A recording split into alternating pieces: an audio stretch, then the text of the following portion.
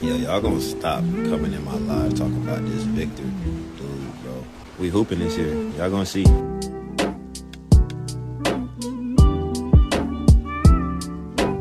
Alright team, today we're going to be going over some trades that I think can be beneficial to the San Antonio Spurs. Now I made this tweet earlier to spark some inspiration. I said any mock trades, comment them down below.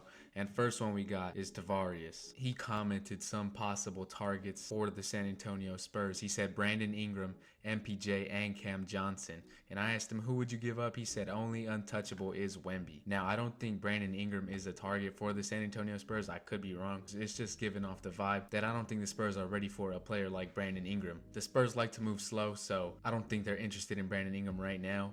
But two possible shooters that I think could be a help to the Spurs is MPJ or Cam Johnson. You can never really have enough shooting in today's league. It's becoming a three-point league, or what do I mean? It already is a three-point league. So I like these two targets. Let me know what y'all think down below. On to the next one. Shout out Gladius for the post. He said, this is a trade idea I could think of. Nick Claxton is a great backup center for us. Collins and Branham need to go, and unfortunately Sissoko as well. Bulls and Hornets pick are not going to be that high. Too early to say. Lastly, Brian Wright only accept trades with a second round pick. So shout out to Gladius. Now this is the full trade right here. It has the Spurs taking Nick Claxton and a 2031 second round pick. And the Spurs will be sending Zach Collins, Malachi Branham, City Sissoko, a first round pick, two first round picks actually, and a second rounder. I like the idea of getting Nick Claxton. I think he's way better than Zach Collins, even though he's a little bit more expensive.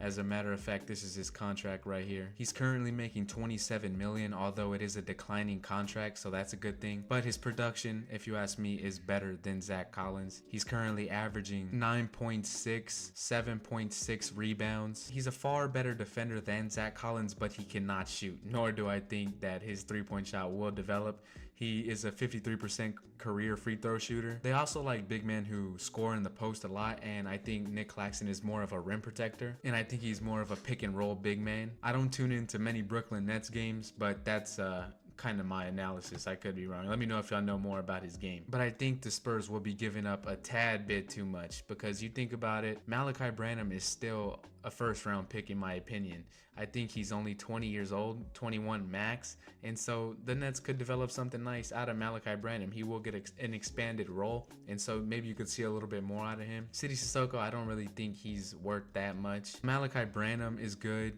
Zach Collins is good. I think you could send those two away. As for the picks, I would not give up this Chicago pick. The Charlotte one I'm good with. I don't think it's really a first rounder. This is more likely going to convey into seconds. I don't think the Hornets are going to make the playoffs, and you also got the Chicago pick, Atlanta's pick, and our pick. So I don't think you make 4 draft picks this year, including with this second round pick. So maybe you could swap this Chicago pick for a second rounder. Let me know what y'all think. But shout out Gladius for the post. All right, next we got my boy Rudy. Rudy says Denver gets a few more rotation players to give them more depth. Keldon can give them that old Bruce Brown type of play. I actually really like that role a lot for Keldon Johnson. I was looking back at his previous years, and the Spurs really had him as a power forward, kind of playing that Bruce Brown type of role. And I think that's the role that best suits Keldon Johnson. He's not really like a slithery type player. He plays bigger than what he is. And I feel like if you were to give Keldon Johnson that type of role, I think he would be way better. So that would be really good for Denver. San Antonio gets solid, young, defensive-minded player in Peyton Watson and a solidified shooter in MPJ.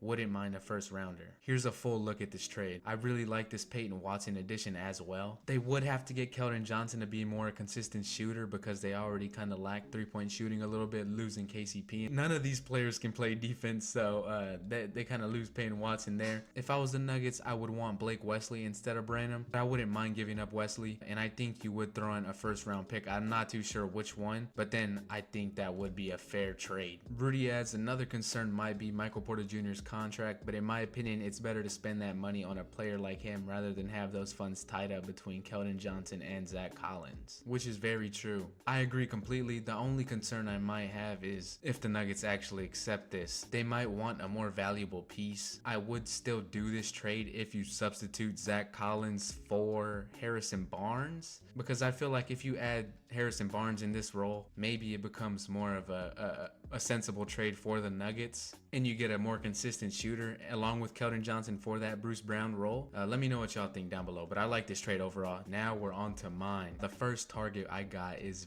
Jonas Valanciunas. Now he is a bit older, 32 years old, but I think he could be a temporary backup for the Spurs. Looking at his numbers, he's averaging 12 and 7.6 rebounds on 55% from the field, 16% from three. It's really bad from three right now, although he's not taking many attempts. The reason Washington picked him up is just to give him a little platform and then ship him off at the deadline, maybe pick up a couple second round picks for him. And so although he's not the greatest, I do think he is better than Zach Collins. So this is the trade I cooked up. Spurs will be sending Zach Collins and 2 second rounders for Jonas Valanciunas. And my whole thought process with the 2 seconds was Dennis Schroeder just got traded. He's averaging 18 points and the Warriors only sent 3 second round picks. So this trade kind of set the market, and that was my whole logic behind this. If you could get 2 second rounders for Jonas, I think that's pretty good if you're the Wizards. And then with the Spurs, you get a better backup big man. As you see down here, it adds 4 wins and a plus in the offensive and defensive rating. He also makes less money compared to Zach Collins, and he's on a longer deal. So if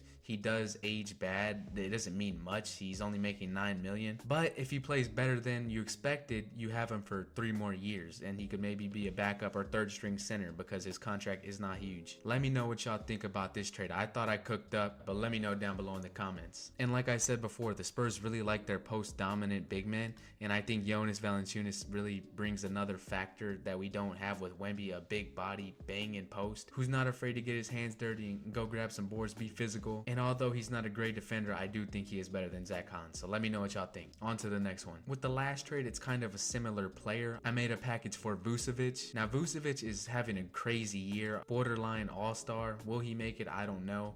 But he's currently shooting 47% from three, averaging 21 points and 9.6 rebounds in 31 minutes a game. Now, if he came to the Spurs, I don't think he's getting 31 minutes because obviously we have Wemby, so these numbers would go down. But the year he's having right now is pretty insane. However, he is already 34, but for that production, he's only making $20 million for 2 years, which is pretty much the same thing as Zach Collins, a little bit higher. And in this trade, you would be sending Zach Collins again. I know y'all see a trend in these trades along with a first round pick. Now this first round pick isn't a real first round pick, if you know what I mean.